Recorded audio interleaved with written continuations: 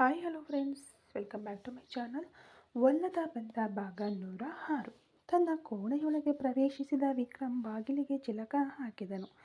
ವಿಕ್ರಮ್ ಬಾಗಿಲಿಗೆ ಚಿಲಕ ಹಾಕಿದ ತಕ್ಷಣ ಆ ಕೋಣೆಯ ಬೃಹತ್ ಆಕಾರವು ಕಾವ್ಯಳನ್ನು ಒಂದು ನಿಮಿಷ ಉಸಿರುಗಟ್ಟುವಂತೆ ಮಾಡಿತು.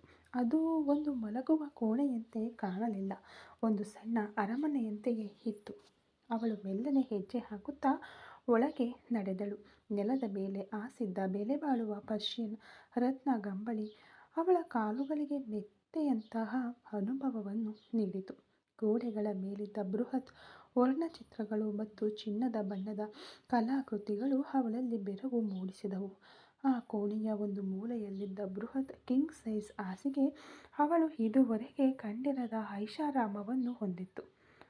ಹಾಸಿಗೆಯ ಎದುರಿಗಿದ್ದ ದೊಡ್ಡ ಕನ್ನಡಿಗಳು ಅವಳ ಪ್ರತಿಬಿಂಬವನ್ನು ಪ್ರತಿಫಲಿಸಿದವು. ಸಾಧಾರಣವಾಗಿ ತನ್ನನ್ನು ತಾನು ನೋಡಿಕೊಂಡಾಗ ಈ ಐಷಾರಾಮಿ ಕೋಣೆಗೆ ತಾನು ಯಾವುದೇ ರೀತಿಯಲ್ಲೂ ಅರ್ಹಳಲ್ಲ ಎಂಬ ಭಾವನೆ ಕಾವ್ಯಳಲ್ಲಿ ಮೇಲುಗೈ ಸಾಧಿಸಿತು. ಆ ಕೋಣೆಯ ತಂಪು ಮತ್ತು ಅದರ ಬೃಹತ್ ಆಕಾರ ಅವಳಿಗೆ ಆ ಭದ್ರತೆಯ ಭಾವನೆಯನ್ನು ನೀಡಿತು. ಅವಳು ವೇಶ್ಯಾಗೃಹದಿಂದ ರಕ್ಷಿಸಲ್ಪಟ್ಟವಳು ಈಗ ಭಾರತದ ಅತಿ ದೊಡ್ಡ ಉದ್ಯಮಿಯ ಬೃಹತ್ ಕೋಣೆಯಲ್ಲಿ ನಿಂತಿದ್ದಾಳೆ. ಈ ವಿರೋಧಾಭಾಸವು ಅವಳ ಹೃದಯವನ್ನು ವೇಗವಾಗಿ ಮಿಡಿಯುವಂತೆ ಮಾಡಿತು. ವಿಕ್ರಮ್ ಅವಳನ್ನು ಸೋಫಾದ ಮೇಲೆ ಕೂರಿಸಿದಾಗ ಆ ಸೋಫಾದ ಮೃದುತ್ವ ಅವಳಿಗೆ ಅಭ್ಯಾಸವಿಲ್ಲದ ವಿಷಯವಾಗಿತ್ತು. ಅವಳು ತನ್ನ ಕೈಗಳನ್ನು ಬಿಗಿಯಾಗಿ ಹಿಡಿದುಕೊಂಡು ತಲೆ ತಗ್ಗಿಸಿ ಕುಳಿತಿದ್ದಳು. ಈ ಕೋಣೆಯ ಬೃಹತ್ ಆಕಾರ ಅವಳ ಭಯವನ್ನು ಇನ್ನಷ್ಟು ಹೆಚ್ಚಿಸಿತು. ಕಾವ್ಯಳ ದೇಹ ಇನ್ನೂ ನಡುಗುತ್ತಲೇ ಇತ್ತು. ಅವಳ ಕೆನ್ನೆಯ ಮೇಲೆ ಬಿದ್ದ ಆ ಏಟು ಅವಳನ್ನು ಅಷ್ಟರ ಮಟ್ಟಿಗೆ ತಲ್ಲಣಗೊಳಿಸಿತ್ತು. ವಿಕ್ರಮ್ ಅದೇ ಸೋಫಾದಲ್ಲಿ ಅವಳಿಂದ ಸ್ವಲ್ಪ ಅಂತರ ಕಾಯ್ದುಕೊಂಡು ಕುಳಿತನು. ಕಾವ್ಯ, ಇಲ್ಲಿ ನೋಡು, ನನ್ನನ್ನು ನೋಡು ಎಂದನು ವಿಕ್ರಮ್ ಮೃದುವಾದ ಧ್ವನಿಯಲ್ಲಿ. ಅವಳು ಮೆಲ್ಲನೆ ತಲೆ ಎತ್ತಿ ಅವನನ್ನು ನೋಡಿದಳು. ಕಣ್ಣುಗಳು ಕಣ್ಣೀರಿನಿಂದ ತುಂಬಿರಲು, ಸರ್, ನನ್ನನ್ನು ಬಿಟ್ಟು ಬಿಡಿ ಸರ್, ನಾನು ಇಲ್ಲಿ ಇರುವುದಿಲ್ಲ. ನಿಮ್ಮ ಅಣ್ಣ ಮಾತನಾಡಿದ್ದು, ಆ ಅಮ್ಮ ಮಾತನಾಡಿದ್ದೆಲ್ಲ ಕೇಳುವಾಗ ನನ್ನ ಪ್ರಾಣವೇ ಹೋದಂತಾಗುತ್ತಿದೆ. ನಾನು ಅವರ ಕಣ್ಣಿಗೆ ವೇಶ್ಯೆಯಾಗಿ ಕಾಣುತ್ತಿದ್ದೇನೆ. ಆ ಅಪವಾದದೊಂದಿಗೆ ಈ ಮನೆಯಲ್ಲಿ ನನ್ನಿಂದ ಒಂದು ನಿಮಿಷವೂ ಇರಲು ಸಾಧ್ಯವಿಲ್ಲ ಸರ್ ಎಂದು ಬಿಕ್ಕಿ ಬಿಕ್ಕಿ ಅತ್ತಳು. ವಿಕ್ರಮ್ ಅವಳ ಕಣ್ಣೀರನ್ನು ಒರೆಸಲಿಲ್ಲ. ಬದಲಾಗಿ ಅವಳ ಕಣ್ಣುಗಳನ್ನು ಆಳವಾಗಿ ನೋಡಿದನು. ಯಾರು ಏನೇ ಹೇಳಿದರೂ ನನಗೆ ಚಿಂತೆ ಇಲ್ಲ ಕಾವ್ಯ. ನಿನಗೆ ತಾಳಿ ಕಟ್ಟಿದವನು ನಾನು. ಆ ತಾಳಿಗಾಗಿ ನಾನು ಕೊಡುವ ಮರ್ಯಾದೆ ನಿನಗೆ ಮುಖ್ಯವೇ ಹೊರತು ಬೇರೆಯವರು ಕೊಡುವ ಸರ್ಟಿಫಿಕೇಟ್ ನಿನಗೆ ಬೇಕಿಲ್ಲ. ನಾನು ನಿನ್ನನ್ನು ನಂಬುತ್ತೇನೆ, ಅದು ಸಾಲದಾ ಅಂದಾಗ ಕಾವ್ಯ ನಕಾರಾತ್ಮಕವಾಗಿ ತಲೆಯಾಡಿಸಿ ಬಿಕ್ಕಿದಳು. ನೀವು ನಂಬುತ್ತೀನಿ ಅಂತ ಹೇಳ್ತೀರಾ ಸರ್, ಆದರೆ ಅಲ್ಲಿ ನಿಮ್ಮ ಅಣ್ಣನ ಕಾಲಿಗೆ ಬಿದ್ದು ನನ್ನನ್ನು ಚೆಕ್ ಮಾಡಿ ನೋಡಿ ಅಂತ ಹೇಳಿದಾಗ ನೀವು ನನಗೆ ಹೊಡೆದಿರಲ್ಲ, ಅದು ನನಗೆ ಎಷ್ಟು ನೋವು ಕೊಡ್ತು ಗೊತ್ತಾ ಎಂದು ಸಣ್ಣ ಮಗುವಿನಂತೆ ಒಂದು ಬೆರಳನ್ನು ಮೇಲಕ್ಕೆತ್ತಿ ಅವಳು ಬಿಕ್ಕುತ್ತಾ ಹೇಳಿದಾಗ ವಿಕ್ರಮ್ ಮುಖದಲ್ಲಿ ಒಂದು ಬೇಸರ ಬಂದು ಮರೆಯಾಯಿತು. ಆ ಏಟು ನಿನ್ನನ್ನು ದಂಡಿಸುವುದಕ್ಕಾಗಿ ಅಲ್ಲ ಕಾವ್ಯ, ನಿನ್ನ ಸ್ವಾಭಿಮಾನವನ್ನು ನೀನೇ ಅಡಮಾನ ಇಡಬಾರದು ಅನ್ನುವುದಕ್ಕಾಗಿ ತಾನೇ ಹೊಡೆದಿದ್ದು. ನೀನು ತಪ್ಪು ಮಾಡಿಲ್ಲ ಅಂತ ನಿನಗೆ ಗೊತ್ತು, ನನಗೆ ಗೊತ್ತು. ಹಾಗಿರುವಾಗ ಯಾರೋ ಮೂರನೇ ವ್ಯಕ್ತಿ ಆಡಿದ ಕೀಳು ಮಾತಿಗಾಗಿ ನಿನ್ನನ್ನು ನೀನೇ ಒಂದು ಪರೀಕ್ಷೆಗೆ ಒಳಪಡಿಸಿ ಸಾಬೀತುಪಡಿಸಬೇಕು ಅಂತ ಹೇಳಿದ್ದೇ ತಪ್ಪು. ಇನ್ಮುಂದೆ ಆ ಮಾತನ್ನು ನಿನ್ನ ಬಾಯಿಯಿಂದ ಹೇಳಬೇಡ ಎಂದು ಅಧಿಕಾರಯುತವಾಗಿ ಹೇಳಿದನು. ಸ್ವಲ್ಪ ಹೊತ್ತು ಮೌನ ಆವರಿಸಿತು. ಕಾವ್ಯ ಆ ಕೋಣೆಯನ್ನು ಸುತ್ತಲೂ ನೋಡಿದಳು. ಸರ್, ನೀವು ಅಲ್ಲಿ ಮಾತನಾಡುವಾಗ ಹೇಳಿದ್ರಲ್ಲ ನಿಮಗೆ ಒಬ್ಬರನ್ನು ತುಂಬ ಇಷ್ಟ ಅಂತ. ಅವರಿಗಾಗಿಯೇ ತಾನೇ ನೀವು ಮುಂಬೈಗೆ ಬಂದಿದ್ದು. ಆಮೇಲೆ ಯಾಕೆ ಸರ್ ನನ್ನನ್ನು ಮದುವೆಯಾದಿರಿ? ನನ್ನಿಂದ ನಿಮ್ಮ ಜೀವನ ಹಾಳಾಗುತ್ತೇನೋ ಅಂತ ಭಯ ಆಗ್ತಿದೆ ಎಂದಳು ಸಣ್ಣ ಬಿಕ್ಕಳಿಕೆಯೊಂದಿಗೆ. ವಿಕ್ರಮ್ ಒಂದು ನಿಟ್ಟುಸಿರು ಬಿಟ್ಟನು. ಮಾಯಾ ಎಂದು ನಿಟ್ಟುಸಿರು ಬಿಟ್ಟನು ವಿಕ್ರಮ್. ಆ ಹೆಸರನ್ನು ಅವನು ಉಚ್ಚರಿಸುವಾಗಲೇ ಅವನ ಪ್ರಾಣದ ಆಳದಿಂದ ಅವನ ಧ್ವನಿ ಹೊರಹೊಮ್ಮಿದ್ದನ್ನು ಕಾವ್ಯ ಗಮನಿಸಿದಳು. ಅವಳು ನನ್ನ ಪ್ರಾಣ, ಆದರೆ ವಿಧಿ ಅವಳನ್ನು ಈಗ ನಾನು ಹತ್ತಿರವಾಗದಷ್ಟು ದೂರದಲ್ಲಿಟ್ಟಿದೆ. ನಿನ್ನನ್ನು ಮದುವೆಯಾಗಿದ್ದು ಒಂದು ಅಪಘಾತವೇ, ಆದರೆ ಅದನ್ನು ನಾನು ಇದುವರೆಗೂ ಬೇಸರದಿಂದ ನೆನೆಸಿಕೊಂಡಿಲ್ಲ. ನಿನ್ನ ಮಾನವನ್ನು ಕಾಪಾಡಿದ್ದೇನೆ, ಅದರಲ್ಲಿ ನನಗೆ ತೃಪ್ತಿ ಇದೆ. ಒಂದು ಭದ್ರತೆಗಾಗಿ ಮಾತ್ರ ನಿನ್ನ ಕೊರಳಿಗೆ ತಾಳಿ ಬಿದ್ದಿಲ್ಲ ಕಾವ್ಯ. ಯಾವುದೋ ಒಂದು ಬಂಧ ನಮ್ಮಿಬ್ಬರನ್ನು ಸೇರಿಸಿದೆ. ಆ ಬಂಧವನ್ನು ನಾನು ಗೌರವಿಸುತ್ತೇನೆ. ಸದ್ಯಕ್ಕೆ ನೀನು ನನ್ನ ಹೆಂಡತಿ, ಅದು ಮಾತ್ರವೇ ಸತ್ಯ ಅಂದ. ಆಗ ಬಾಗಿಲು ತಟ್ಟುವ ಶಬ್ದ ಕೇಳಿಸಿತು. ವಿಕ್ರಮ್ ಎದ್ದು ಹೋಗಿ ಬಾಗಿಲು ತೆಗೆದನು. ಅಲ್ಲಿ ನಕ್ಷತ್ರ ಕೈಯಲ್ಲಿ ಊಟದ ಬುಟ್ಟಿಯೊಂದಿಗೆ ನಿಂತಿದ್ದಳು. ವಿಕ್ಕಿ, ನಡೆದದ್ದೇನನ್ನು ಮನಸ್ಸಿನಲ್ಲಿ ಇಟ್ಟುಕೊಳ್ಳಬೇಡಿ. ಮೊದಲು ಇಬ್ಬರು ಊಟ ಮಾಡಿ ಎಂದು ಒಳಗೆ ಬಂದ ನಕ್ಷತ್ರ ಕಾವ್ಯಾಳ ಪಕ್ಕದಲ್ಲಿ ಕುಳಿತಳು. ಕಾವ್ಯ ಭಯದಿಂದ ಹೇಳಲು ಹೋದಾಗ, ಪರವಾಗಿಲ್ಲ ಕಾವ್ಯ, ಕೂತ್ಕೋ. ಇಲ್ಲಿ ನೋಡು, ಈ ಮನೆಯಲ್ಲಿ ಆರಂಭದಲ್ಲಿ ಎಲ್ಲರಿಗೂ ಒಂದು ಕಹಿಯಾದ ಅನುಭವ ಇರುತ್ತದೆ. ನನಗೂ ಹಾಗೆಯೇ ಇತ್ತು. ಆದರೆ ವಿಕ್ರಮ್ ನಿನ್ನನ್ನು ನಂಬುವವರೆಗೂ ನಿನಗೆ ಯಾವ ಭಯವೂ ಬೇಡ. ನನ್ನ ಗಂಡ ವಿಕ್ಕಿಯ ಮೇಲೆ ಪ್ರಾಣವನ್ನೇ ಇಟ್ಟುಕೊಂಡಿದ್ದಾರೆ. ಅದಕ್ಕಾಗಿಯೇ ಈ ದಿಢೀರ್ ಮದುವೆಯನ್ನು ತಕ್ಷಣವೇ ಅವರಿಂದ ಒಪ್ಪಿಕೊಳ್ಳಲು ಸಾಧ್ಯವಾಗಲಿಲ್ಲ. ಏನೋ ಕೋಪದಲ್ಲಿ ಮಾತನಾಡಿಬಿಟ್ಟರು. ಅವರು ಮಾತನಾಡಿದ್ದು ತಪ್ಪೆ. ಅವರಿಗಾಗಿ ನಾನು ಕ್ಷಮೆ ಕೇಳುತ್ತೇನೆ ಕಾವ್ಯ. ಆದರೆ ನೀನು ಮಾತ್ರ ಮನಸ್ಸು ಬಿಡಬೇಡ. ವಿಕ್ರಮ್ ತುಂಬ ಒಳ್ಳೆಯವನು. ಸ್ವಲ್ಪ ದಿನಗಳಲ್ಲಿ ತುಂಬ ಕಷ್ಟಪಟ್ಟಿದ್ದಾನೆ. ಇನ್ನು ಮುಂದೆ ನಿಮ್ಮ ಜೀವನ ಚೆನ್ನಾಗಿರುತ್ತದೆ. ಏನೋ ಒಂದು 2-3 ದಿನ, ಆಮೇಲೆ ಎಲ್ಲವೂ ಸರಿಯಾಗಿ ಹೋಗುತ್ತದೆ ಎಂದು ಅವಳ ಕೈಗಳನ್ನು ಹಿಡಿದು ಸಾಂತ್ವನದಿಂದ ಹೇಳಿದಳು. ವಿಕ್ರಮ್ ನಕ್ಷತ್ರಾಳನ್ನು ನೋಡಿದನು. ಅತ್ತಿಗೆ, ಅಣ್ಣ ಈಗ ಹೇಗಿದ್ದಾರೆ? ಕೋಪದಲ್ಲಿ ಅಣ್ಣನನ್ನು ತುಂಬ ಹೆದರಿಸಿ ಮಾತನಾಡಿಬಿಟ್ಟೆ. ಆದರೆ ಆ ಜಾಗದಲ್ಲಿ ನನ್ನಿಂದ ಸುಮ್ಮನಿರಲು ಸಾಧ್ಯವಾಗಲಿಲ್ಲ ಅತ್ತಿಗೆ ಎಂದು ವಿಕ್ರಮ್ ವೇದನೆಯಿಂದ ಹೇಳಲು, ನಕ್ಷತ್ರ ಮೃದುವಾದ ಮುಗುಳ್ನಗೆಯೊಂದಿಗೆ ಉತ್ತರಿಸಿದಳು. ಅವರು ರೂಮಿಗೆ ಹೋಗಿ ಮಲಗಿಲ್ಲ ವಿಕ್ಕಿ. ಬಾಲ್ಕನಿಯಲ್ಲಿ ನಿಂತ್ಕೊಂಡು ನೀವು ಮಾತನಾಡಿದ್ದನ್ನು ಯೋಚಿಸುತ್ತಿದ್ದಾರೆ. ನೀವು ಇವತ್ತು ಒಂದು ದೊಡ್ಡ ಸತ್ಯವನ್ನು ಒಡೆದು ಹೇಳಿದ್ದೀರಾ. ಅದು ಅವರಿಗೆ ತುಂಬ ಪರಿಣಾಮ ಬೀರಿದೆ. ಸ್ವಲ್ಪ ದಿನ ಹೋಗಲಿ, ಅವರೇ ಎಲ್ಲವನ್ನೂ ಅರ್ಥ ಮಾಡಿಕೊಳ್ಳುತ್ತಾರೆ. ನೀವು ಈಗ ಕಾವ್ಯಾಳನ್ನು ನೋಡಿಕೊಳ್ಳಿ. ನಾನು ಹೋಗಿ ನಿಮ್ಮ ಅಣ್ಣನಿಗೆ ಊಟ ಮಾಡಿಸುತ್ತೇನೆ. ನಿಮಗಾಗಿ ಅವರು ನಿನ್ನೆಯಿಂದ ಇಲ್ಲಿಯವರೆಗೆ ಏನೂ ತಿಂದಿಲ್ಲ. ನಿನ್ನನ್ನು ಕಣ್ಣಾರೆ ನೋಡಿದ ಮೇಲೆಯೇ ಊಟ ಮಾಡಬೇಕು ಅಂತ ಅಷ್ಟೊಂದು ಹಠ. ನನ್ನಿಂದ ನಿಭಾಯಿಸಲು ಆಗಲಿಲ್ಲ. ಅವರ ಜೊತೆ ಸೇರಿ ನಾನೂ ಉಪವಾಸ ಇದ್ದೆ. ಆದರೆ ನಿಮ್ಮ ಅಣ್ಣ ಬೆದರಿಸಿಯೇ ನನಗೆ ಊಟ ಮಾಡಿಸಿದರು.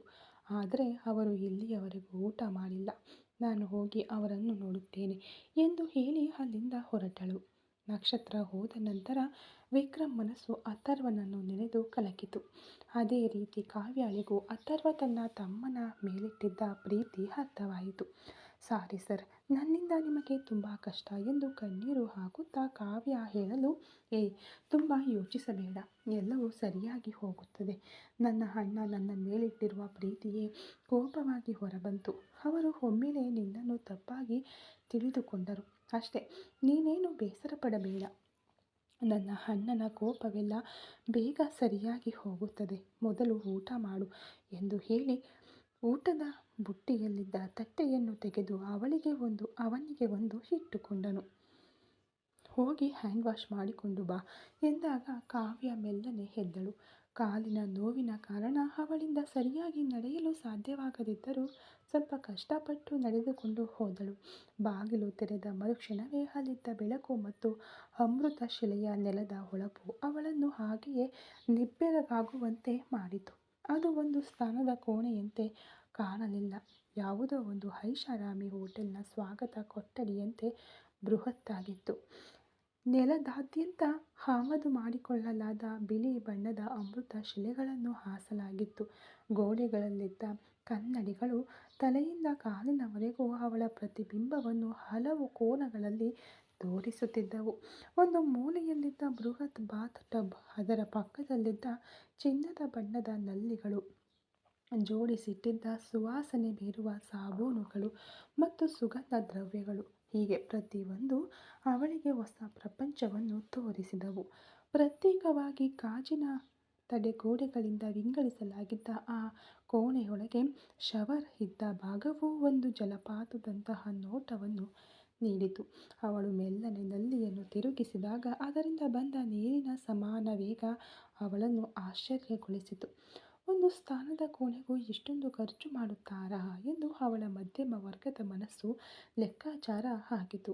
ಗೋಡೆಯಲ್ಲಿದ್ದ ಸಣ್ಣ ಟಚ್ ಸ್ಕ್ರೀನ್ ಮೂಲಕ ನೀರಿನ ತಾಪಮಾನವನ್ನು ಬದಲಾಯಿಸುವ ಸೌಲಭ್ಯವನ್ನು ನೋಡಿದಾಗ ಅವಳಿಗೆ ಒಂದು ರೀತಿಯ ಭಯವೇ ಉಂಟಾಯಿತು. ಯಾವುದನ್ನು ಮುಟ್ಟಿದರೆ ಏನಾಗುತ್ತದೆಯೋ ಎಂಬ ಭಯದಲ್ಲಿ ಯಾವುದನ್ನೂ ಹಾಳು ಮಾಡದೆ ಕೈಗಳನ್ನು ಮಾತ್ರ ತೊಳೆದುಕೊಂಡಳು. ಆ ಸಣ್ಣ ಗಾಜಿನ ಕೋಣೆಯಿಂದ ಹೊರಬಂದಾಗ ಕಾವ್ಯಾಳಿಗೆ ತಾನು ಯಾವುದೋ ಒಂದು ಕನಸಿನ ಲೋಕಕ್ಕೆ ಬಂದು ಬಿಟ್ಟೆನೋ ಎಂಬ ಭಾವನೆ ಉಂಟಾಯಿತು. ತನ್ನ ಮನೆಯ ಸಣ್ಣ ಸ್ಥಾನದ ಕೋಣೆಗೂ ಈ ಅರಮನೆಯಂತಹ ಸೌಲಭ್ಯಕ್ಕೂ ನಡುವೆ ಇದ್ದ ಅಂತರ ಅವಳ ಅರ್ಹತೆಯ ಬಗ್ಗೆ ಅವಳಿಗೆ ಒಂದು ಪ್ರಶ್ನೆಯನ್ನು ಹುಟ್ಟುಹಾಕಿತು. ಮುಖವನ್ನು ತಳೆದುಕೊಂಡು ದುಪ್ಪಟ್ಟದಲ್ಲಿ ಒರೆಸುತ್ತಾ ಹೊರಗೆ ಬಂದಾಗ ಈ ಐಷಾರಾಮದ ನಡುವೆ ವಿಕ್ರಮ್ ಗಾಯಗೊಂಡ ಸಿಂಹದಂತೆ ಕುಳಿತಿರುವುದು ಅವಳಿಗೆ ಇನ್ನಷ್ಟು ಮನಸ್ಸಿನ ನೋವನ್ನು ನೀಡಿತು. ಅವನ ಮುಖವನ್ನು ಒಂದು ನಿಮಿಷ ದಿಟ್ಟಿಸಿ ನೋಡಿದಾಗ ಅವನೊಳಗೆ ಯಾವುದೋ ಒಂದು ದೊಡ್ಡ ನೋವಿದೆ ಎಂಬುದನ್ನು ಅವಳು ಅರಿತಳು. ನಾವೇ ಇವರ ಜೀವನದಲ್ಲಿ ಅಡ್ಡಲಾಗಿ ಬಂದು ಬಿಟ್ಟೆವು ಎಂಬ ಆಲೋಚನೆಯೊಂದಿಗೆ ಬಂದು ಕುಳಿತಳು. ಸ್ವಲ್ಪ ಹೊತ್ತಿನಲ್ಲಿ ವಿಕ್ರಮ್ ಹ್ಯಾಂಡ್ ವಾಶ್ ಮಾಡಿಕೊಂಡು ಬಂದವರು, ಸರಿ, ಊಟ ಮಾಡಿ ಮಲಗೋಣ, ನಾಳೆ ಬೆಳಿಗ್ಗೆ ಉಳಿದ ವಿಷಯಗಳ ಬಗ್ಗೆ ಮಾತನಾಡಿಕೊಳ್ಳೋಣ, ಓಕೆನಾ ಎಂದಾಗ ಅವಳು ತಲೆಯಾಡಿಸಿದಳು. ಇಬ್ಬರು ಊಟ ಮಾಡಿ ಮುಗಿಸಿದರು. ಆ ನಂತರ ವಿಕ್ರಮ್ ಇಂಟರ್ಕಾಮ್ನಲ್ಲಿ ಕರೆಯಲು ಕೆಲಸದವರು ಬಂದು ಊಟದ ಬುಟ್ಟಿಯನ್ನು ತೆಗೆದುಕೊಂಡು ಹೋದರು. ನೀನು ಬೆಡ್ ಮೇಲೆ ಮಲಗಿಕೋ ಎಂದು ಅವನು ಹೇಳಲು, ಅಯ್ಯೋ ಸರ್, ಇದು ನಿಮ್ಮ ಮನೆ, ನೀವು ಯಾಕೆ ನನಗಾಗಿ ಎಲ್ಲವನ್ನು ಬಿಟ್ಟುಕೊಡಬೇಕು? ನನಗೇನು ತೊಂದರೆ ಇಲ್ಲ, ನಾನು ಕೆಳಗೆ ಮಲಗಿಕೊಳ್ಳುತ್ತೇನೆ, ನನಗೆ ಬೆಡ್ ಎಲ್ಲ ಸೆಟ್ ಆಗಲ್ಲ ಎಂದು ವೇಗವಾಗಿ ಒಂದು ಹೊದಿಕೆಯನ್ನು ತೆಗೆದುಕೊಂಡು ನೆಲದ ಮೇಲೆ ಹಾಸಿ ಮಲಗಿದಳು. ಹಲೋ ಕಾವ್ಯ, ಏನು ಮಾಡ್ತಾ ಇದೀಯಾ? ಈ ರೂಮ್ನಲ್ಲಿ ನಾನು ಮಾತ್ರ ಒಂಟಿಯಾಗಿ ಎಲ್ಲವನ್ನೂ ಮಾಡ್ತಿದ್ದೆ, ಆದರೆ ಈಗ ಸ್ಪರ್ಧೆಗೆ ನೀನು ಬಂದಿದ್ದೀಯಾ? ನಿನಗೆ ಇಲ್ಲಿ ಅರ್ಥ ಹಕ್ಕಿದೆ. ಸೊ ನೀನು ನೆಲದ ಮೇಲೆ ಮಲಗಬೇಡ, ಬೆಡ್ ಮೇಲೆ ಮಲಗಿಕೋ, ನಾನು ಸೋಫಾದಲ್ಲಿ ಮಲಗಿಕೊಳ್ತೀನಿ, ನನಗೇನು ತೊಂದರೆ ಇಲ್ಲ ಎಂದು ಅವನು ಮತ್ತೆ ಹೇಳಿದನು. ಯಾರು ಅಂತಾನೆ ಗೊತ್ತಿಲ್ಲದೆ ದಿಢೀರನೆ ಒಂದು ಹುಡುಗಿ ನಿಮ್ಮ ಲೈಫ್ಗೆ ಬಂದಿದ್ದು ನಿಮಗೆ ತುಂಬ ಅಪ್ಸೆಟ್ ಮಾಡಿದೆ ಅಲ್ವಾ ಎಂದು ಮೃದುವಾದ ದನಿಯಲ್ಲಿ ಕೇಳಿದಳು. ಏನು, ನೀನು ಮತ್ತೆ ಮತ್ತೆ ಅಲ್ಲಿಗೆ ಬಂದು ನಿಲ್ತಾ ಇದ್ದೀಯಾ? ಯಾರು ಅಂತ ಗೊತ್ತಿಲ್ಲ ಅಂತ ಅದನ್ನೇ ಹೇಳಬೇಡ. ಇದಕ್ಕಿಂತ ಹೆಚ್ಚು ಯೋಚಿಸಿ ಯಾವುದೇ ಪ್ರಯೋಜನವಿಲ್ಲ. ಇಟ್ಸ್ ಓಕೆ, ನಿನ್ನನ್ನು ಒಪ್ಪಿಕೊಳ್ಳಲು ಸ್ವಲ್ಪ ಟೈಮ್ ಬೇಕು. ಆಮೇಲೆ ನಾನು ನಿನ್ನನ್ನು ಪೂರ್ಣ ಮನಸ್ಸಿನಿಂದ ನನ್ನ ಹೆಂಡತಿಯಾಗಿ ಒಪ್ಪಿಕೊಂಡು ನಿನ್ನ ಜೊತೆ ಜೀವನವನ್ನು ಸ್ಟಾರ್ಟ್ ಮಾಡ್ತೀನಿ. ಆದರೆ ಮತ್ತೆ ಮತ್ತೆ ನಾನೇ ಇದನ್ನು ಹೇಳ್ತಾ ಇದ್ದೀನಿ, ನಿನ್ನ ಇಷ್ಟ ಏನು ಅಂತ ಇಲ್ಲಿಯವರೆಗೂ ನಾನು ಕೇಳಿಲ್ಲ. ನಿನ್ನ ಮನಸ್ಸಿನಲ್ಲಿ ಸಾವಿರಾರು ಕನಸುಗಳು ಇರ್ತವೆ. ಹಾಗಿರುವಾಗ ನೀನು ಈ ಮದುವೆಯನ್ನು ಹೇಗೆ ಅಂದುಕೊಳ್ತೀಯ ಎಂದನು ವಿಕ್ರಮ್. ನಿಜ ಹೇಳಬೇಕು ಅಂದರೆ ಈ ನಿಮಿಷ ನಡೆದದ್ಯಾವುದು ನಿಜದಂತೆಯೇ ಅನ್ನಿಸುತ್ತಿಲ್ಲ. ತುಂಬ ಹೊತ್ತು ನಿದ್ದೆಯಲ್ಲಿ ಕನಸು ಕಂಡಂತಿದೆ ಎಂದು ಅವಳು ಬೆರಗು ಗಣ್ಣಿನಿಂದ ನೋಡಲು ಲಘುವಾಗಿ ಮುಗುಳ್ನಕ್ಕವನು. ಗುಡ್ ನೈಟ್ ಎಂದು ಹೇಳಿ ಒಂದು ನೈಟ್ ಲ್ಯಾಂಪನ್ನು ಮಾತ್ರ ಉರಿಯಲು ಬಿಟ್ಟು ಸೋಫಾದಲ್ಲಿ ತಲೆಗೆ ಕೈ ಒಡ್ಡಿ ಮಲಗಿಕೊಂಡನು. ಸ್ವಲ್ಪ ಹೊತ್ತು ಕುಳಿತು ಅವನನ್ನೇ ನೋಡುತ್ತಿದ್ದವಳು ಆ ನಂತರ ಹಾಸಿಗೆಯ ಒಂದು ಮೂಲೆಯಲ್ಲಿ ಮಲಗಿಕೊಂಡಳು. ಅಥರ್ವ ಮತ್ತು ನಕ್ಷತ್ರ ಅವರ ಕೋಣೆಯ ಬಾಲ್ಕನಿಯಲ್ಲಿ ಆವರಿಸಿದ್ದ ಕತ್ತಲೆ ಅಥರ್ವನ ಮನಸ್ಸಿನ ಕತ್ತಲೆಗಿಂತ ಕಡಿಮೆಯೇ ಇತ್ತು. ವಿಕ್ರಮ್ ತೋರಿದ ಆ ಒಂದೊಂದು ಸತ್ಯಗಳು ಅಥರ್ವನ ಹೃದಯವನ್ನು ಚೂರಾಗಿಸಿದ್ದವು. ತನ್ನ ತಮ್ಮನಿಗಾಗಿ ತಾನು ಎಷ್ಟೆಲ್ಲ ಮಾಡಿದ್ದೇನೆ ಎಂದುಕೊಂಡಿದ್ದ ಅಥರ್ವನಿಗೆ ಇಂದು ಅದೇ ತಮ್ಮ ತನ್ನನ್ನು ಸ್ವಾರ್ಥಿ ಎಂದು ಕರೆದದ್ದನ್ನು ಒಪ್ಪಿಕೊಳ್ಳಲು ಸಾಧ್ಯವಾಗುತ್ತಿರಲಿಲ್ಲ. ನಕ್ಷತ್ರ ಮೆಲ್ಲನೆ ಬಾಲ್ಕನಿಗೆ ಬಂದಳು. ಅಲ್ಲಿ ಅಥರ್ವ ಗೋಡೆಗೆ ಹೊರಗೆ ಶೂನ್ಯ ದೃಷ್ಟಿಯಿಂದ ನಿಂತಿದ್ದನು. ಕಳೆದ 2 ದಿನಗಳಿಂದ ವಿಕ್ರಮ್ಗಾಗಿ ಅವನು ಊಟವಿಲ್ಲದೆ ನಿದ್ದೆಯಿಲ್ಲದೆ ಇದ್ದಾಗಲೂ ಅವನ ದೇಹ ದಣಿದಿರಲಿಲ್ಲ. ಆದರೆ ವಿಕ್ರಮ್ ತೋರಿಸಿದ ಆ ಆಕ್ರೋಶ ಅವನನ್ನು ಸಂಪೂರ್ಣವಾಗಿ ಮನಸ್ಸಿನಿಂದಲೂ ದೇಹದಿಂದಲೂ ದಣಿಯುವಂತೆ ಮಾಡಿತ್ತು. ಏನ್ರಿ, ಒಳಗಡೆ ಬನ್ನಿ, ವಿಕ್ಕಿ ಊಟ ಮಾಡಿ ಮಲಗಿದ್ದಾನೆ, ನೀವು ಇನ್ನೂ ಹೀಗೆಯೇ ನಿಂತಿರುವುದು ಸರಿಯಲ್ಲ ಎಂದಳು ನಕ್ಷತ್ರ ಅವನ ಬಳಿ ಬಂದು. ಅಥರ್ವ ಅವಳೊಂದಿಗೆ ಏನೂ ಮಾತನಾಡಲಿಲ್ಲ. ಅವನ ಮೌನ ನಕ್ಷತ್ರಗೆ ಭಯ ಹುಟ್ಟಿಸಿತು. ಅವನು ಮೆಲ್ಲನೆ ತನ್ನ ಕೋಣೆಯೊಳಗೆ ಬಂದು ಆ ಬೃಹತ್ ಮಂಚದ ಒಂದು ಮೂಲೆಯಲ್ಲಿ ಕುಳಿತನು. ಅವನ ದೇಹ ಬಿಗಿಯಾಗಿತ್ತು. ಒಂದು ಗಾಯಗೊಂಡ ಹುಲಿಯಂತೆ ಅವನು ಒಳಗೊಳಗೆ ಕುದಿಯುತ್ತಿದ್ದನು. ನಕ್ಷತ್ರ ಅವನ ಪಕ್ಕದಲ್ಲಿ ಕುಳಿತು ಅವನ ಹೆಗಲ ಮೇಲೆ ಕೈ ಇಟ್ಟಳು. ಆ ಒಂದು ಸ್ಪರ್ಶವೇ ಸಾಕೆಂಬಂತೆ ಕಾಯುತ್ತಿದ್ದ ಅಥರ್ವ ತಕ್ಷಣವೇ ತನ್ನ ದೇಹವನ್ನು ಸಡಿಲಗೊಳಿಸಿದನು. ಆದರೆ ತಲೆ ಎತ್ತಿ ಅವಳನ್ನು ನೋಡಲಿಲ್ಲ. ಮೆಲ್ಲನೆ ಬಾಗಿ ನಕ್ಷತ್ರ ಮಡಿಲಿನಲ್ಲಿ ತನ್ನ ಮುಖವನ್ನು ಹೂತು ಮಲಗಿಕೊಂಡನು. ಅಥರ್ವನಂತಹ ಉಕ್ಕಿನ ಮನುಷ್ಯ ಮಗುವಿನಂತೆ ತನ್ನ ಮಡಿಲಿನಲ್ಲಿ ಮುಖ ಊದಿದ್ದನ್ನು ಕಂಡು ನಕ್ಷತ್ರ ಆಘಾತಗೊಳಗಾದಳು. ಅವನು ಗಟ್ಟಿಯಾಗಿ ಅಳಲಿಲ್ಲ, ಆದರೆ ಅವನ ಹೆಗಲುಗಳು ನಡುಗುತ್ತಿರುವುದನ್ನು ಮತ್ತು ಅವನ ಹೃದಯ ಪಟಪಟನೆ ಬಡಿದುಕೊಳ್ಳುತ್ತಿರುವುದನ್ನು ನಕ್ಷತ್ರ ಅರಿತುಕೊಂಡಳು. ಅವನು ತನ್ನ ಕೈಗಳಿಂದ ನಕ್ಷತ್ರ ಸೊಂಟವನ್ನು ಗಟ್ಟಿಯಾಗಿ ಆಲಿಂಗಿಸಿಕೊಂಡನು. ಆ ತಬ್ಬಿಕೊಳ್ಳುವಿಕೆಯಲ್ಲಿ ಅವನ ಒಳಗಿನ ಆಕ್ರಂದನವಿತ್ತು. ನಕ್ಷತ್ರ ಅವನ ದಟ್ಟವಾದ ಕೂದಲನ್ನು ಸವರುತ್ತಾ, "ಏನ್ ಮಾಡ್ತಾ ಇದ್ದೀರಾ? ಮಗುವಿನ ತರಹ. ದಯವಿಟ್ಟು ಹೀಗಿರಬೇಡಿ." ವಿಕ್ಕಿ ಏನೋ ಕೋಪದಲ್ಲಿ ಮಾತನಾಡಿಬಿಟ್ಟನು. "ಅದಕ್ಕಾಗಿ ನೀವು ಯಾಕೆ ಇಷ್ಟೊಂದು ಬೇಸರ ಪಟ್ಕೊಳ್ತಾ ಇದ್ದೀರಾ?" ಎಂದು ಬಲವಂತಪಡಿಸಿದಳು. ಅಥರ್ವ ಯಾವುದಕ್ಕೂ ಉತ್ತರಿಸಲಿಲ್ಲ. ಅವನು ಮನಸ್ಸಿನಲ್ಲೇ ರಕ್ತದ ಕಣ್ಣೀರು ಸುರಿಸುತ್ತಿದ್ದನು. "ನನ್ನ ತಮ್ಮ ನನ್ನನ್ನು ಸ್ವಾರ್ಥಿ ಎಂದು ಹೇಳಿಬಿಟ್ಟ. ಮಾಯಾಳನ್ನು ಕಳೆದುಕೊಳ್ಳಲು ನಾನೇ ಕಾರಣ ಎಂದು ಹೇಳಿಬಿಟ್ಟ." ಈ ಆಲೋಚನೆ ಅವನನ್ನು ಕೊರೆಯುತ್ತಿತ್ತು. ತನ್ನ ಗೌರವಕ್ಕಾಗಿ ತಮ್ಮನ ಪ್ರೀತಿಯನ್ನು ಬಲಿ ಕೊಟ್ಟುಬಿಟ್ಟೆನೇ ಎಂಬ ಅಪರಾಧ ಪ್ರಜ್ಞೆ ಅವನನ್ನು ಕುಗ್ಗಿಸುತ್ತಿತ್ತು. "ಹೆನ್ರಿ, ಪ್ಲೀಸ್ ನನ್ನನ್ನು ನೋಡಿ. ನಿನ್ನೆಯಿಂದ ನೀವು ಏನೂ ತಿಂದಿಲ್ಲ. ನೀವು ತಿನ್ನದಿದ್ದರೆ ಇನ್ಮುಂದೆ ನಾನೂ ಸಹ ತಿನ್ನುವುದಿಲ್ಲ. ಎದ್ದೇಳಿ" ಎಂದು ನಕ್ಷತ್ರ ಅವನ ಮುಖವನ್ನು ಎತ್ತಲು ಪ್ರಯತ್ನಿಸಿದಳು. ಅಥರ್ವ ಕೊನೆಗೂ ತಲೆ ಎತ್ತಿ ಅವಳನ್ನು ನೋಡಿದನು. ಅವನ ಕಣ್ಣುಗಳು ಕೆಂಪಾಗಿ ಕಣ್ಣೀರು ತುಂಬಿಕೊಂಡಿದ್ದವು. ಆದರೂ ಅವನು ತನ್ನ ಮನದ ನೋವನ್ನು ಒಂದು ಮಾತಿನಿಂದಲೂ ಹೊರಹಾಕಲಿಲ್ಲ. ಅವನ ದವಡೆಗಳು ಬಿಗಿದುಕೊಂಡವು. "ನನಗೆ ಹಸಿವಿಲ್ಲ ನಕ್ಷತ್ರ." ಇದು ಅವನು ಆಡಿದ ಮೊದಲ ಮಾತು. ಅವನ ಧ್ವನಿ ಗಡುಸಾಗಿತ್ತು. "ನನಗೋಸ್ಕರ" ಎಂದು ನಕ್ಷತ್ರ ಹಠ ಹಿಡಿದಾಗ ಅಥರ್ವ ಅವಳ ಕಣ್ಣುಗಳಲ್ಲಿದ್ದ ಪ್ರೀತಿಯನ್ನು ಕಂಡು ನಿರಾಕರಿಸಲಾಗದೆ ಮೌನವಾದನು. ನಕ್ಷತ್ರ ಕೆಳಗೆ ಹೋಗಿ ಒಂದು ತಟ್ಟೆಯಲ್ಲಿ ಬಿಸಿ ಬಿಸಿ ಊಟವನ್ನು ತೆಗೆದುಕೊಂಡು ಕೋಣೆಗೆ ಮರಳಿದಳು. ಅಥರ್ವ ಇನ್ನೂ ಅದೇ ಸ್ಥಿತಿಯಲ್ಲಿ ಮೂರ್ತಿಯಂತೆ ಕುಳಿತಿದ್ದನು. ನಕ್ಷತ್ರ ಅವನ ಪಕ್ಕದಲ್ಲಿ ಕುಳಿತು ಒಂದು ತುತ್ತು ಅನ್ನವನ್ನು ತೆಗೆದುಕೊಂಡು ಅವನ ಬಾಯಿಯ ಹತ್ತಿರ ತಂದಳು. "ಹೆನ್ರಿ, ಒಂದೇ ಒಂದು ತುತ್ತು" ಎಂದಳು ನಕ್ಷತ್ರ ಮುದ್ದಾಗಿ. ಅಥರ್ವ ಮೊದಲು ನಿರಾಕರಿಸಲು ನೋಡಿದನು, ಆದರೆ ನಕ್ಷತ್ರ ಕಣ್ಣುಗಳಲ್ಲಿ ಕಂಡ ಬೇಡಿಕೆ ಮತ್ತು ಅಧಿಕಾರ ಅವನನ್ನು ಶರಣಾಗುವಂತೆ ಮಾಡಿದವು.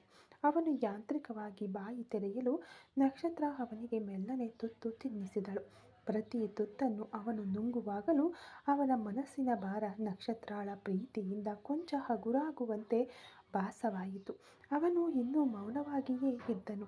ಆ ಮೌನದ ಹಿಂದೆ ಸಾವಿರಾರು ಪದಗಳಿದ್ದವು, ಆದರೆ ಅಥರ್ವ ಅವುಗಳನ್ನು ಅಷ್ಟು ಸುಲಭವಾಗಿ ಹೊರಹಾಕುವವನಲ್ಲ. ಊಟ ಮುಗಿದ ನಂತರ ನಕ್ಷತ್ರ ನೀರು ಮುಟ್ಟಿ ಅವನ ಬಾಯನ್ನು ಒರೆಸಿದಳು.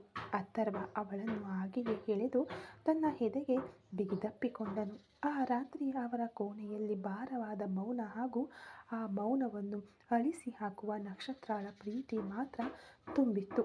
ಮರುದಿನ ಬೆಳಿಗ್ಗೆ ವರ್ಮನ್ ನಿವಾಸದ ಬೃಹತ್ ಕಿಟಕಿಗಳ ಪರದೆಗಳ ಮೂಲಕ ನುಸುಳಿ ಬಂದ ಎಳೆಯ ಬಿಸಿಲು ವಿಕ್ರಮ್ ಮುಖದ ಮೇಲೆ ನಲಿದಾಡಿತು. ಸುದೀರ್ಘ ಓಡಾಟದ ನಂತರ ಗಾಢ ನಿದ್ರೆಯಲ್ಲಿದ್ದ ವಿಕ್ರಮ್ ಮೆಲ್ಲನೆ ಕಣ್ಣು ತೆರೆದು ನೋಡಿದನು. ಸೋಫಾದಲ್ಲಿ ಮಲಗಿದ್ದರಿಂದ ಅವನ ದೇಹ ಸ್ವಲ್ಪ ನೋಯುತ್ತಿತ್ತು. ಗೋಡೆಯ ಮೇಲಿದ್ದ ಗಡಿಯಾರವನ್ನು ನೋಡಿದನು. ಸಮಯ ಬೆಳಿಗ್ಗೆ 8 ಗಂಟೆ. ತಕ್ಷಣವೇ ಅವನಿಗೆ ನೆನಪು ಮರಳಿತು. ತನ್ನನ್ನು ನಂಬಿ ಬಂದ ಒಂದು ಜೀವ ಆ ಕೋಣೆಯಲ್ಲಿದೆ ಎಂಬುದು ನೆನಪಾಗುತ್ತಿದ್ದಂತೆ ಗಾಬರಿಯಿಂದ ಎದ್ದು ಹಾಸಿಗೆಯನ್ನು ನೋಡಿದನು. ಅಲ್ಲಿ ಬೆಡ್ ಶೀಟ್ಗಳು ಅಸ್ತವ್ಯಸ್ತವಾಗಿದ್ದವು, ಆದರೆ ಕಾವ್ಯ ಕಾಣಿಸುತ್ತಿರಲಿಲ್ಲ. "ಎಲ್ಲಿ ಹೋದಳು?" ಎಂದು ಗುಣಗುಟ್ಟಿದವನು ಗಡಿಬಿಡಿಯಿಂದ ಎದ್ದು ಬಾತ್ರೂಮ್ ಬಾಗಿಲಿನ ಬಳಿ ಹೋದನು. ಬಾಗಿಲು ಒಳಗಿನಿಂದ ಲಾಕ್ ಆಗಿರದೆ ಸ್ವಲ್ಪವೇ ಮುಚ್ಚಲ್ಪಟ್ಟಿತು. ವಿಕ್ರಮ್ ಮೆಲ್ಲನೆ ಬಾಗಿಲು ತಟ್ಟಿ, "ಕಾವ್ಯ, ಕಾವ್ಯ, ಒಳಗಿದ್ದೀಯಾ?" ಎಂದು ಕರೆದನು. ಯಾವುದೇ ಸದ್ದೂ ಇರಲಿಲ್ಲ. ಅವನೊಳಗೆ ಒಂದು ಸಣ್ಣ ನಡುಕ ಶುರುವಾಯಿತು. ಬಾಗಿಲು ತೆರೆದು ನೋಡಿದಾಗ ಒಳಗೆ ಅವಳು ಇರಲಿಲ್ಲ. ಅಲ್ಲಿದ್ದ ಐಷಾರಾಮಿ ನಲ್ಲಿಗಳು ಮತ್ತು ಕನ್ನಡಿಗಳು ಮೌನವಾಗಿ ಅವನನ್ನೇ ನೋಡುತ್ತಿದ್ದವು. ನಿನ್ನೆ ರಾತ್ರಿ ಅವಳ ಕಾಲಿಗೆ ಅಷ್ಟೊಂದು ಪೆಟ್ಟಾಗಿತ್ತಲ್ಲ. ಅವಳಿಗೆ ಸರಿಯಾಗಿ ನಡೆಯಲು ಆಗುತ್ತಿರಲಿಲ್ಲ.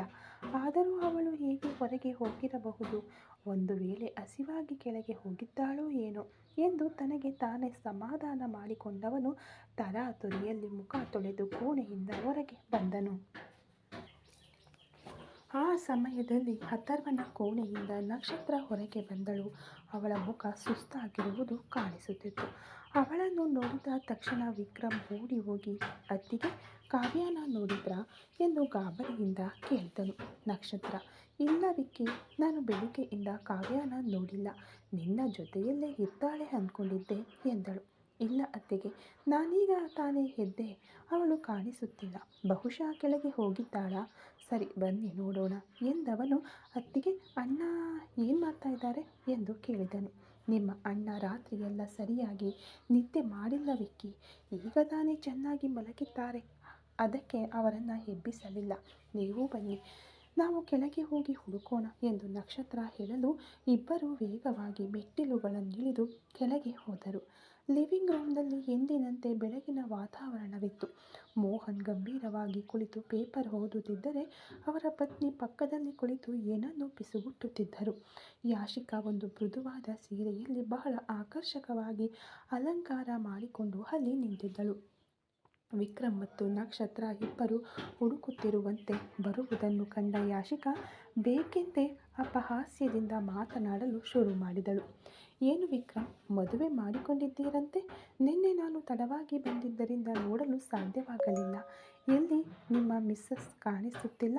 ಅವರ ಜೊತೆ ಬರ್ತೀರಾ ಅಂದುಕೊಂಡರೆ ನಿಮ್ಮ ಅಣ್ಣನ ಮಿಸ್ಸಸ್ ಜೊತೆ ಬರ್ತಿದ್ದೀರಾ ಎಂದು ವ್ಯಂಗ್ಯವಾಗಿ ಕೇಳಿದಳು. ವಿಕ್ರಮ್ ಕಣ್ಣುಗಳು ಕೋಪದಿಂದ ಕೆಂಪಾದವು.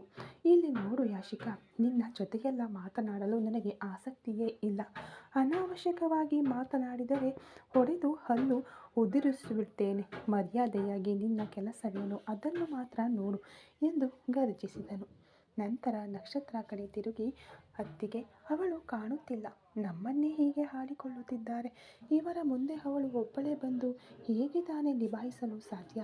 ಬಹುಶಃ ಟೆರೆಸ್ಗೆ ಹೋಗಿದ್ದಾಳೋ ಏನೋ ಎಂದನು ಆತಂಕದಿಂದ.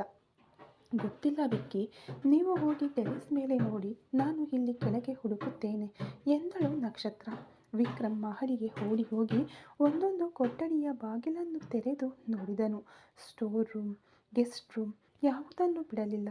ಟೆರೆಸ್ ಮೇಲಿಂದ ಕೂಗಿ ಕರೆದನು. ಅವಳ ನೆರಳು ಕೂಡ ಎಲ್ಲೂ ಕಾಣಲಿಲ್ಲ. ಕೆಳಗೆ ಬಂದ ಅವನಿಗೆ ನಕ್ಷತ್ರ, ವಿಕ್ಕಿ, ಕಾವ್ಯನ ಯಾರೂ ನೋಡಿಲ್ಲ ಅಂತ ಹೇಳ್ತಿದ್ದಾರೆ ಎಂದಳು ಮುಖ ಬಾಡಿಸಿಕೊಂಡು. ಏನತ್ತಿಗೆ ಹೇಳ್ತಿದ್ದೀರಾ? ಅವಳು ಎಲ್ಲಿ ಹೋಗಿರುತ್ತಾಳೆ? ಒಂದು ವೇಳೆ ಎಲ್ಲಾದರೂ ಅಡಗಿ ಆಟವಾಡುತ್ತಿದ್ದಾಳಾ ಎಂದವನು ಹುಚ್ಚನಂತೆವಾಗಿ ಮಂಚದ ಅಡಿಯಲ್ಲೂ ಸಹ ಇಣುಕಿ ನೋಡಿದನು. ವಿಕ್ಕಿ, ಇದು ಆಟವಾಡುವ ಸಮಯವಲ್ಲ. ಅವಳು ಯಾಕೆ ಮಂಚದ ಅಡಿಯಲ್ಲಿ ಅಡಗಿಕೊಳ್ಳುತ್ತಾಳೆ? ಆದರೆ ರತ್ನಮ್ಮ ಒಂದು ಮಾತು ಹೇಳಿದರು. ಬೆಳಗ್ಗೆ ಅವರು ರಂಗೋಲಿ ಹಾಕಲು ಹೋದಾಗ ಒಳಗಿನ ಬಾಗಿಲಿನ ಚಿಲಕ ಹಾಕಿರ್ಲಿಲ್ವಂತೆ ಎಂದಳು ನಕ್ಷತ್ರ. ವಿಕ್ರಮ್ಗೆ ಈಗಷ್ಟೇ ನಿಜವಾದ ಭಯ ಶುರುವಾಯಿತು.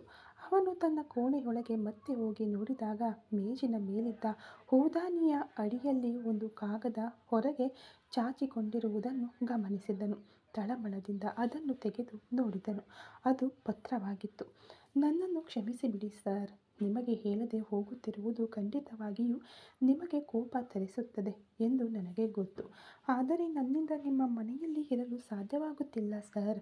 ಪ್ರತಿ ಕ್ಷಣವೂ ನನಗೆ ಆತಂಕವಾಗುತ್ತಲೇ ಇದೆ.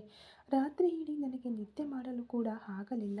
ನಾನು ಬಂದ ಮೊದಲ ದಿನವೇ ನಿಮ್ಮ ಮನೆಯಲ್ಲಿ ಅಷ್ಟೊಂದು ಗಲಾಟೆ. ನಿಮ್ಮ ಅಣ್ಣ ನಿಮಗಾಗಿ 2 ದಿನಗಳಿಂದ ಊಟ ಮಾಡಿಲ್ಲ ಎಂದು ನಿಮ್ಮ ಅತ್ತಿಗೆ ಹೇಳಿದರು. ಅವರು ನಿಮ್ಮ ಮೇಲೆ ಎಷ್ಟೊಂದು ಪ್ರೀತಿ ಇಟ್ಟುಕೊಂಡಿದ್ದಾರೆ. ದಿಢೀರನೆ ತಮ್ಮ ರೆಡ್ ಲೈಟ್ ಏರಿಯಾದಿಂದ ಯಾವುದೋ ಒಂದು ಹುಡುಗಿಯನ್ನು ಮದುವೆಯಾಗಿ ಕರೆದುಕೊಂಡು ಬಂದರೆ ಅವರ ಮನಸ್ಸು ಹೇಗೆ ತಾನೇ ತಡೆದುಕೊಳ್ಳುತ್ತದೆ? ನನಗೋಸ್ಕರ ನಿನ್ನೆ ನೀವು ನಿಮ್ಮ ಅಣ್ಣನ ಜೊತೆ ಎದುರು ಉತ್ತರ ಕೊಟ್ಟಿದ್ದು ನನಗೆ ತುಂಬ ಮುಜುಗರ ತಂದಿದೆ ಸರ್. ಬಂದ ಮೊದಲ ದಿನವೇ ಅಣ್ಣ ತಮ್ಮಂದಿರ ನಡುವೆ ಬಿರುಕು ಮೂಡಿಸಿದಂತೆ ಅಪರಾಧ ಪ್ರಜ್ಞೆ ಕಾಡುತ್ತಿದೆ ಅಂತ ಅಲ್ಲಿ ಇತ್ತು. ವಿಕ್ರಮ್ ಆತಂಕದಿಂದ ನಕ್ಷತ್ರಳನ್ನು ನೋಡಿದನು. ಅವಳಿಗೆ ಏನೂ ಅರ್ಥವಾಗದೆ ನೋಡಿದಳು. ಅವನು ಮತ್ತೆ ಓದಲು ಪ್ರಾರಂಭಿಸಿದನು. ಎಲ್ಲದಕ್ಕಿಂತ ಹೆಚ್ಚಾಗಿ ನಿಮ್ಮ ಮನಸ್ಸಿನಲ್ಲಿ ಒಂದು ಹುಡುಗಿ ಇದ್ದಾಳೆ ಎಂದು ಹೇಳಿದಿರಿ. ಆ ಹುಡುಗಿಯ ಸ್ಥಾನದಲ್ಲಿ ನಾನು ಬಂದು ಕೂತಿರುವುದು ನನಗೆ ದೊಡ್ಡ ಭಾರವಾಗಿ ಕಾಣಿಸುತ್ತಿದೆ. ಒಟ್ಟಿನಲ್ಲಿ ನಿಮಗೆ ಹೆಂಡತಿಯಾಗಿರಲು ನನಗೆ ಯಾವುದೇ ಅರ್ಹತೆ ಇಲ್ಲ ಸರ್. ಅದಕ್ಕೆ ಈ ಮನೆ ಬಿಟ್ಟು ಹೋಗ್ತಾ ಇದ್ದೇನೆ. ನೀವು ನನ್ನ ಕೊರಳಿಗೆ ಹಾಕಿದ ಆ ಚಿನ್ನದ ಸರವನ್ನು ನಾನು ಇದೇ ಹೂದಾನಿಯಲ್ಲಿ ಇಟ್ಟಿದ್ದೇನೆ. ಮತ್ತೆ ನನ್ನ ಖರ್ಚಿಗಾಗಿ ನಿಮ್ಮ ಪರ್ಸ್ನಿಂದ 200 ರೂಪಾಯಿ ತೆಗೆದುಕೊಂಡಿದ್ದೇನೆ. ಆಮೇಲೆ ಇನ್ನೊಂದು ವಿಷಯ, ಆ ತಾಳಿಯನ್ನು ಮಾತ್ರ ಇಲ್ಲಿ ಬಿಚ್ಚಿಡಲು ಮನಸ್ಸು ಬರಲಿಲ್ಲ. ಅದಕ್ಕೆ ಅದನ್ನು ದೇವಸ್ಥಾನದ ಹುಂಡಿಯಲ್ಲಿ ಹಾಕಿಬಿಡುತ್ತೇನೆ. ನೀವೇನು ಯೋಚನೆ ಮಾಡಬೇಡಿ. ನೀವು ಇಷ್ಟಪಟ್ಟ ಹುಡುಗಿಯನ್ನು ಮದುವೆಯಾಗಿ ಸಂತೋಷವಾಗಿರಿ. ಯಾವುದೇ ಕಾರಣಕ್ಕೂ ನಿಮ್ಮ ಜೀವನಕ್ಕೆ ನಾನು ಮತ್ತೆ ಮರಳಿ ಬರುವುದಿಲ್ಲ ಅನ್ನುವಾಗ ವಿಕ್ರಮ್ ಹಲ್ಲು ಕಡಿದು ಮತ್ತೆ ಓದಿದನು. ನನ್ನನ್ನು ಆ ದೊಡ್ಡ ನರಕದಿಂದ ಉಳಿಸಿ ನನಗೆ ಮರುಜನ್ಮ ನೀಡಿದ ದೇವರು ಸರ್ ನೀವು. ನಿಮಗಾಗಿ ಕೃತಜ್ಞತೆಯಾಗಿ ನಾನು ಏನು ಮಾಡಲು ಸಾಧ್ಯ ಎಂದು ಯೋಚಿಸಿ ನೋಡಿದೆ. ನಿಮ್ಮ ಜೀವನವನ್ನು ನಿಮಗೆ ಮರಳಿ ನೀಡುವುದು ಸರಿ ಅನ್ನಿಸಿತು. ಇದಕ್ಕಿಂತ ದೊಡ್ಡ ಕೃತಜ್ಞತೆ ನನ್ನಿಂದ ಮಾಡಲು ಸಾಧ್ಯವೇ ಎಂದು ಗೊತ್ತಿಲ್ಲ. ಆದರೆ ನೀವು ತುಂಬ ಒಳ್ಳೆಯವರು ಸರ್. ನೀವು ತುಂಬ ಸಂತೋಷವಾಗಿರಬೇಕು. ನಿಮ್ಮ ಅತ್ತಿಗೆ, ನಿಮ್ಮ ಅಣ್ಣ ಎಲ್ಲರೂ ಅಷ್ಟೇ. ಆದರೆ ಎಲ್ಲದಕ್ಕೂ ಸ್ವಲ್ಪ ಜಾಗರೂಕರಾಗಿರಿ. ನಿಮ್ಮ ಅತ್ತೆ ಅಂದರೆ ಯಾಶಿಕಾ ತಾಯಿ ಹತ್ತಿರ ಮಾತ್ರ ಅವರ ನೋಟ ಸರಿಯಿಲ್ಲ. ಇಂತಿ ನಿಮ್ಮ ಕಾವ್ಯ. ಅದನ್ನು ಓದಿದ ವಿಕ್ರಮ್ ಸೊಂಟದ ಮೇಲೆ ಕೈ ಇಟ್ಟು ತಲೆಗೆ ಜೋರಾಗಿ ಹೊಡೆದುಕೊಂಡನು. ಏನಾಯ್ತು ವಿಕ್ಕಿ ಎಂದು ನಕ್ಷತ್ರ ಗಾಬರಿಯಾಗಲು ಆ ಪತ್ರವನ್ನು ಅವಳಿಗೆ ನೀಡಿದನು. ಅದನ್ನು ನಕ್ಷತ್ರ ತೆಗೆದುಕೊಂಡು ಓದುತ್ತಿದ್ದಂತೆ ತಲೆ ಸುತ್ತಿದಂತಾಯಿತು. ಈಗ ಏನು ಮಾಡುವುದು ವಿಕ್ಕಿ ಎಂದು ನಕ್ಷತ್ರ ಹತಾಶೆಯಿಂದ ಕೇಳಲು, ಏನು ಮಾಡಬೇಕೆಂದು ತಿಳಿಯುತ್ತಿಲ್ಲ ಅತ್ತಿಗೆ. ನಾನು ನಿನ್ನೆ ರಾತ್ರಿ ಅವಳಿಗೆ ಅಷ್ಟೊಂದು ಧೈರ್ಯ ಹೇಳಿದ್ದೆ. ಆದರೆ ನನ್ನನ್ನು ಸ್ವಲ್ಪವೂ ನಂಬದೆ ಹೊರಟು ಹೋದಳಲ್ಲ ಎಂದು ವಿಕ್ರಮ್ ಹೇಳಿದನು. ಅಯ್ಯೋ ವಿಕ್ಕಿ, ಅವಳು ನಿನ್ನನ್ನು ನಂಬದೆ ಹೋಗಿಲ್ಲ. ನಿನಗೆ ಒಳ್ಳೆಯದಾಗಲಿ ಎಂದುಕೊಂಡೇ ಅವಳು ಇಲ್ಲಿಂದ ಹೊರಟು ಹೋಗಿದ್ದಾಳೆ. ಈಗ ಏನು ಮಾಡುವುದು? ಸರಿ, ನೀನು ಬೇಗ ಸ್ನಾನ ಮಾಡಿ ತಯಾರಾಗು. ನಾನು ನಿಮ್ಮ ಅಣ್ಣನಿಗೆ ವಿಷಯ ತಿಳಿಸುತ್ತೇನೆ. ಅವಳ ಮನೆಗೆ ಹೋಗಿ ಮಾತನಾಡಿ ಅವಳನ್ನು ಕರೆದುಕೊಂಡು ಬರೋಣ ಎಂದಳು ನಕ್ಷತ್ರ. ವಿಕ್ರಮ್ ಮುಖ ಬಿಳುಚಿಕೊಂಡಿತು. ಅವಳ ಮನೆಗಾ ಎಂದನು ತೊದಲುವ ಧ್ವನಿಯಲ್ಲಿ. ಹೌದು ವಿಕ್ಕಿ, ಯಾಕೆ ಹಿಂಜರಿಯುತ್ತಿದ್ದೀಯ? ಮನೆಗೆ ತಾನೇ ಹೋಗಿರುತ್ತಾಳೆ ಎಂದು ನಕ್ಷತ್ರ ಕೇಳಲು ವಿಕ್ರಮ್ ಕೈಗಳನ್ನು ಹಿಸುಕಿಕೊಳ್ಳುತ್ತಾ, ಅತ್ತಿಗೆ, ನನಗೆ ಅವಳ ಹೆಸರಲ್ಲದೆ ಬೇರೇನೂ ಗೊತ್ತಿಲ್ಲ ಅತ್ತಿಗೆ ಎಂದನು. ನಕ್ಷತ್ರ ಒಂದು ಕ್ಷಣ ಆಘಾತದಿಂದ ಮೂಕ ವಿಸ್ಮಿತಳಾದಳು. ಏನದು, ಹೆಸರನ್ನು ಬಿಟ್ಟು ಬೇರೇನೂ ಗೊತ್ತಿಲ್ಲವೇ? ಏನಪ್ಪ ಇದು ವಿಕ್ಕಿ? ಅವಳ ಊರು, ಹೆಸರು, ವಿಳಾಸ ಏನನ್ನೂ ಕೇಳಿ ತಿಳಿದುಕೊಳ್ಳಲಿಲ್ವಾ ಅಂದಾಗ ಆ ಟೆನ್ಷನ್ನಲ್ಲಿ ಮೊದಲು ಈ ಸಮಸ್ಯೆಯನ್ನು ಬಗೆಹರಿಸಿ ಆಮೇಲೆ ಅವಳ ಬಗ್ಗೆ ತಿಳಿದುಕೊಳ್ಳೋಣ ಅಂದ್ಕೊಂಡೆ. ಆದರೆ ನಾನು ಎಷ್ಟು ದೊಡ್ಡ ಮೂರ್ಖ ಅಂತ ಈಗ ಗೊತ್ತಾಗುತ್ತಿದೆ ಅತ್ತಿಗೆ. ಇರಿ, ನಾನು ಕೆಳಗೆ ಹೋಗಿ ಸೆಕ್ಯೂರಿಟಿ ಹತ್ತಿರ ವಿಚಾರಿಸುತ್ತೇನೆ ಅವಳು ಯಾವಾಗ ಹೋದಳು ಅಂತ ಎಂದವನು ಕೆಳಗೆ ಓಡಿದನು. ಅದೇ ಸಮಯದಲ್ಲಿ ನಕ್ಷತ್ರ ಗಾಬರಿಯಿಂದ ಅಥರ್ವನನ್ನು ಎಬ್ಬಿಸಲು ಅವನ ಕೋಣೆಯೊಳಗೆ ಹೋದಳು. ಈ ಕತೆ ಇನ್ನೂ ಮುಂದುವರೆಯುವುದು ಫ್ರೆಂಡ್ಸ್.